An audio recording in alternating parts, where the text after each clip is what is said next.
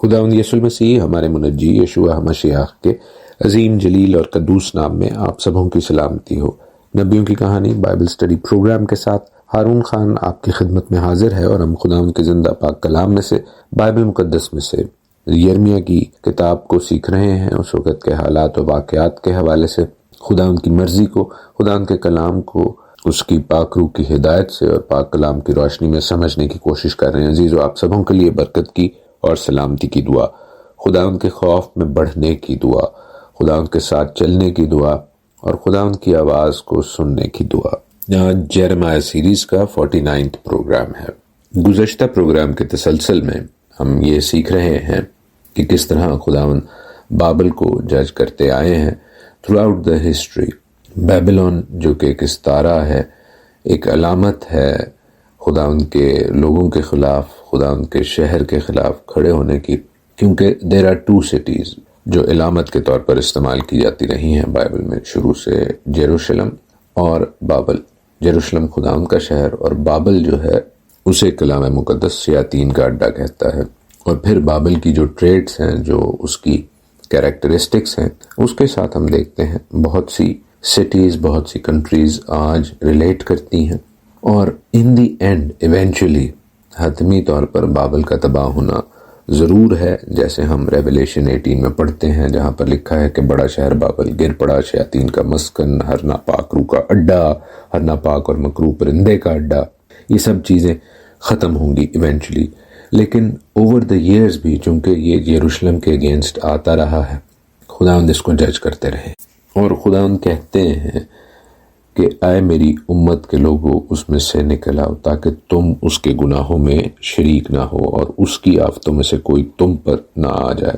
That has always been the message، اور یہ message میرے اور آپ کے لیے آج بھی ہے کہ وہ برائی، وہ بدی جو بابل کے ساتھ ایسوسیٹڈ ہے، اور وہ برائی، وہ بدی اگر آپ کے ملک، قوم، آس پاس کے لوگوں، چرچ، خاندان میں موجود ہے، تو عزیزو اپنی آنکھوں کو کھولیں، پاک روح کی ہدایت سے اس کنوکشن کو ریسیو کریں جو خداوند آپ کو دے رہے ہیں کہ you need to come out of it, آپ کو اس برائی میں سے، بدی میں سے نکلنا ہے۔ ٹاکنگ اباؤٹ ریویلیشن، ہم دیکھتے ہیں کہ مکاشفہ میں کم و بیش، میں نے یہ چیز پہلے بھی آپ کے ساتھ شیئر کی ہے جب ہم نے مکاشفہ کی اسٹڈی کی، کہ 600 کے قریب about 600 verses اور references are there from Old Testament، یعنی پرانے عہد نامے سے۔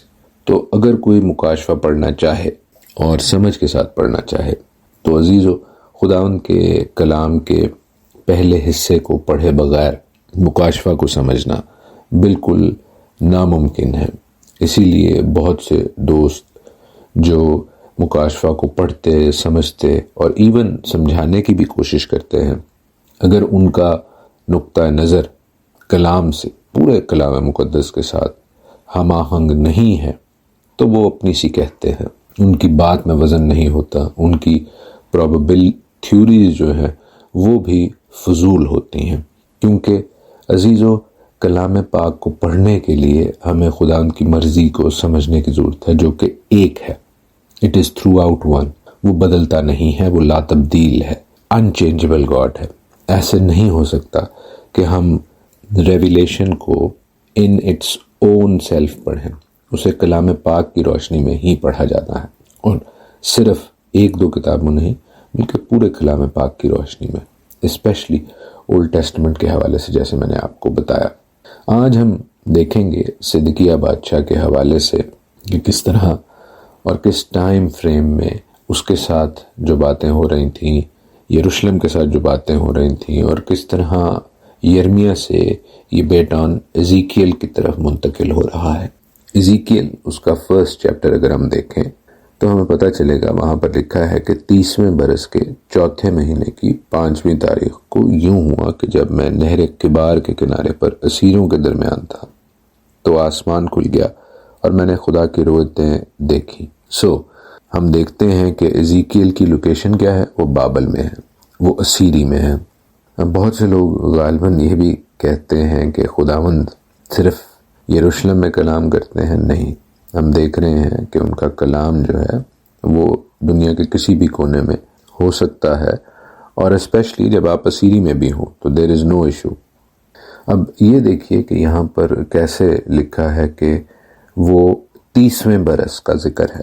یہ 30th ایئر کون سا ہے عزیزو؟ یہ 30th ایئر ہے جب یروشلم میں یرمیہ کے والد کو اور جو یوسیہ بادشاہ ہے اس کے جو منشی ہیں ان کو خداوند کے ہیکل کو رینوویٹ کرتے ہوئے خداوند کی توریت کی کتاب ملی تھی۔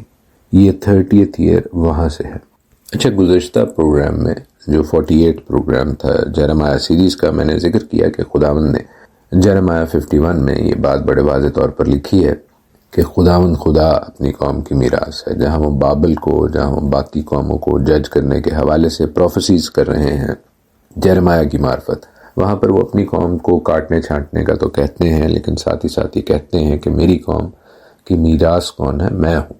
I am the inheritance of my nation, my people۔ سو اپنی قوم کے حوالے سے خداوند اس کو اون کرتے ہیں۔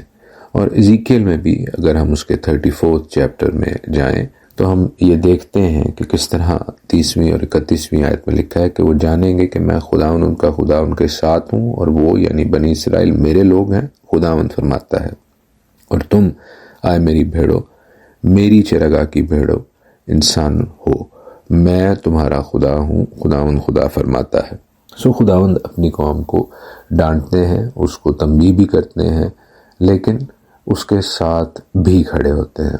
عزیزو، یہ ایک باپ کی اعلیٰ مثال ہے کہ اپنے بچوں کو وہ کاٹے چھانٹے، ان کو پرون کرے، ان کی تربیت کرے، ان کی نصیحت کرے، ان کو ڈانٹے بھی، لیکن وہ ان کے ساتھ کھڑا ہوتا ہے۔ میں ایزیکیل کے حوالے سے آپ کو بتا رہا تھا کہ پہلے باب میں وہ دیکھتا ہے ان چاروں جانداروں کو بھی جو کہ خدا ان کے تخت کے حوالے سے ہیں، اور پھر ہم ان 4 جانداروں کے حوالے سے ایکچولی خدا ان کے پاک کلام میں مکاشفہ کی کتاب میں بھی پڑھتے ہیں۔ میں نے اس حوالے سے آپ کو بتایا ہوا ہے کہ وہ کیا ہے، کون ہے، کس طرح ان کا اسرائیل کے ساتھ تعلق بنتا ہے۔ It's absolutely wonderful. لیکن دوسرے باب میں دیکھیے کہ ہم ایزیکیل کو دیکھتے ہیں کہ وہ گر گیا ہے، اور خداوند اس سے بات کرتے ہوئے کہتے ہیں آدم زاد اپنے پاؤں پر کھڑا ہو، میں تجھ سے بات کروں گا۔ تب اس نے مجھے یوں کہا تو روح مجھ میں داخل ہوئی اور مجھے پاؤں پر کھڑا کیا۔ اور میں اس آیت کو دیکھ کر یہ سوچے بغیر نہیں رہ سکتا کہ جس طرح ایزیکیل کو آدم زاد کہا جا رہا ہے، اسپیشلی آدم کا ریفرنس دیا جا رہا ہے، سن آف ایڈم کہا جا رہا ہے، اور آدم بھی جو تھے وہ بے جان تھے جب تک کہ خداوند نے ان کی زندگی ان کے نتنوں کے تھرو ان میں نہیں پھونکی۔ تو یہاں پہ بھی ہم دیکھتے ہیں کہ روح جو ہے، رواخ جس کو ہولی اسپرٹ بھی کہا جاتا ہے، وہ ایزیکیل میں داخل ہوتا ہے تو وہ کھڑے ہوتے ہیں، تو وہ جیتی جان ہوتے ہیں، وگرنہ وہ ادموئے سے پڑے ہوئے تھے۔ It is an amazing parallel. اور پھر آدم کا ریفرنس بھی، تو جیسے خداوند ایک طرح سے اپنی قوم کو نیا کر رہے ہیں، ایزیکیل سے اس کا آغاز کرتے ہیں، لیکن اپنی قوم کو بھی وہ نئے طور پر بناتے ہیں۔ اس اسیری کے بعد وہ اپنی قوم میں ایک نئی روح پھونکنے کو ہیں۔ اور عزیزو، اگر آپ اپنے آپ کو کبھی اس طرح کی ڈاؤن ٹروڈن سچویشن میں، کسی پستی کی حالت میں فیل کریں تو خداوند سے اس کی پاک روح کو مانگیں کہ وہ آپ کو آپ کے پیروں پر کھڑا کرے، آپ کو نئی زندگی دے، آپ کو تازہ دم کرے، کیونکہ وہ ایسا کرنے پر قادر ہے۔ ایزیکیل 3 میں اور اس کی 12th ورس سے آگے لکھا ہے کہ روح نے مجھے اٹھا لیا اور میں نے اپنے پیچھے ایک بڑی کڑک کی آواز سنی جو کہتی تھی کہ خداوند کا جلال اس کے مسکن سے مبارک ہو، اور جانداروں کے پروں کے ایک دوسرے سے لگنے کی آواز اور ان کے مقابل پہیوں کی آواز اور ایک بڑے دھڑاکے کی آواز سنائی دی، اور روح مجھے اٹھا کر لے گئی۔ سو میں تلخ دل اور غضبناک روانہ ہوا اور خداوند کا ہاتھ مجھ پر غالب تھا۔ عزیزو، دیکھیے کس طرح ہم خداوند کی پاک روح کے حوالے سے دیکھ رہے ہیں کہ وہ ایزیکیل کو اٹھاتی ہے۔ ایزیکیل جو اسیری میں ہے، یاد رہے کہ اسیری میں، غلامی میں آپ کی اپنی مرضی نہیں ہوتی، سو آپ بجھے دل کے ساتھ ہوتے ہیں، آپ اپنے ملک سے دور ہیں، آپ اپنے غالباً خاندان کے لوگوں سے بھی دور ہو، لیکن کس طرح خداوند کی روح آپ کو اٹھا رہی ہے، ہم نے گزشتہ پروگراموں کے حوالے سے ایک بات سیکھی جس کو میں آپ کے لیے سمرائز کر دوں کہ 4th ایئر تھا صدقیہ کا جب بیبیلون آتی ہے. 5th ایئر ابھی ہم پڑھ رہے ہیں کہ 5th ایئر میں ایزیکیل سے خدا بات کرنا شروع کرتے ہیں، اور 6th ایئر میں ہم دیکھتے ہیں کہ کس طرح خداوند ایک اور خاص رویا حزقیل کو یعنی ایزیکیل کو دکھاتے ہیں. میرے ساتھ دیکھیے ایزیکیل 8th چیپٹر، جہاں پر لکھا ہے کہ 6 برس کے 6 مہینے کی 5ویں تاریخ کو یوں ہوا کہ میں اپنے گھر میں بیٹھا تھا. تو یہ وہ خاص ٹائم ہے جس کے حوالے سے ہم اکثر پڑھتے ہیں. خداوند کے پاک کلام میں لکھا ہے کہ خداوند جو ہے وہ ایزیکیل کو اٹھاتے ہیں. لکھا ہے کہ ایک شبیہ، ہاتھ کی شبیہ دکھائی دیتی ہے، اور ایزیکیل کہتے ہیں اس نے میرے سر کے بالوں سے مجھے پکڑا اور روح نے مجھے آسمان اور زمین کے درمیان بلند کر دیا، اور مجھے الہی رویا میں یروشلم شمال کی طرف اندرونی پھاٹک پر جہاں غیرت کی مورت کا مسکن تھا جو غیرت بھڑکاتی ہے لے آئی. اب آپ تصور کیجئے، امیجنیشن میں دیکھیے کہ ایک شخص بالوں سے اٹھایا گیا ہے اور آسمان کے اور زمین کے درمیان معلق ہے، اور وہ بابل سے یروشلم کی جانب دیکھ رہا ہے. اور یہ کب ہو رہا ہے؟ 6 مہینے کے بیچ میں. 6th ایئر تو ہے ہی، لیکن 6th منتھ بھی ہے. اب بائبل کا جو 6th منتھ ہے وہ بڑا امپورٹنٹ ہے. کیوں؟ کیونکہ یاد رکھیے 7th منتھ میں آپ کو ریفرنس دے کر بتاتا ہوں. 7th منتھ جو ہے اس میں جو خداوند کی عیدین ہیں، خداوند کے مقرر کردہ اوقات ہیں کہ جب موسیٰ واپس آتے ہیں اور اپنی قوم کو بتاتے ہیں کہ خداوند آپ کو معاف کرنے کے لیے تیار ہیں کیونکہ انہوں نے جو خداوند کے برخلاف گناہ کیا ہے، سونے کا بچھڑا بنایا ہے. اور پھر ہم دیکھتے ہیں کہ خیموں کی عید کا تعین کیا جاتا ہے، یوم کپور کا تعین کیا جاتا ہے. وہ 7ویں مہینے میں ہے.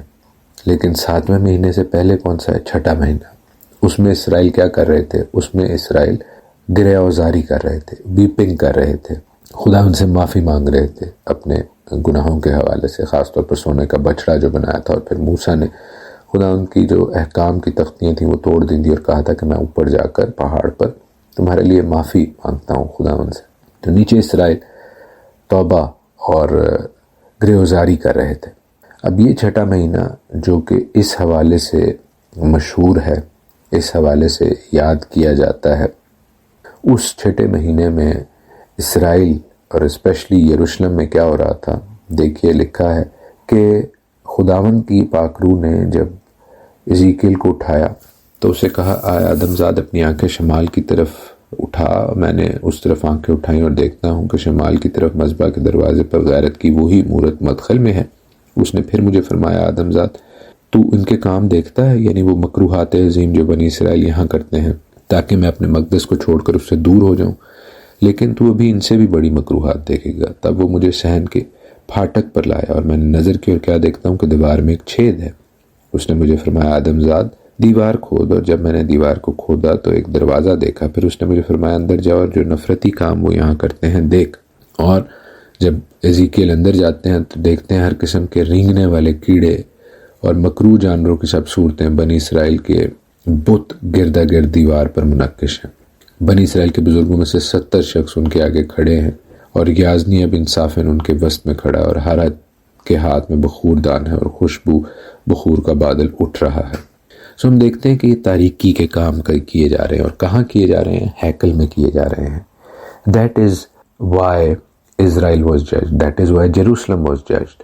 اور عزیزو، اگر خداوند اپنی قوم کو نہیں چھوڑتا تو ہمیں اس سے یہ سیکھنے کی ضرورت ہے کہ اگر اس کے لوگ آج، اس کی مسیحی قوم بھی یہ خیال کرتی ہے کہ وہ برے کام کر کے، خدا کو ناراض کر کے، خداوند کے برخلاف دوسری باتیں، دوسری سوچیں، دنیاوی ملاوٹ شدہ باتیں ان کو ہیکل میں کر کے، ان کو چرچ میں کر کے، ان کو مسیح کا ٹھپا لگا کے کر لے گی تو وہ پاک ہو جائیں گی. تو ایسا نہیں ہوتا. اور دیکھیے پھر اس کے بعد مزید ہم دیکھتے ہیں کہ خداوند اس سے فرماتے ہیں تو ابھی ان سے بھی بڑی مکروہات دیکھے گا.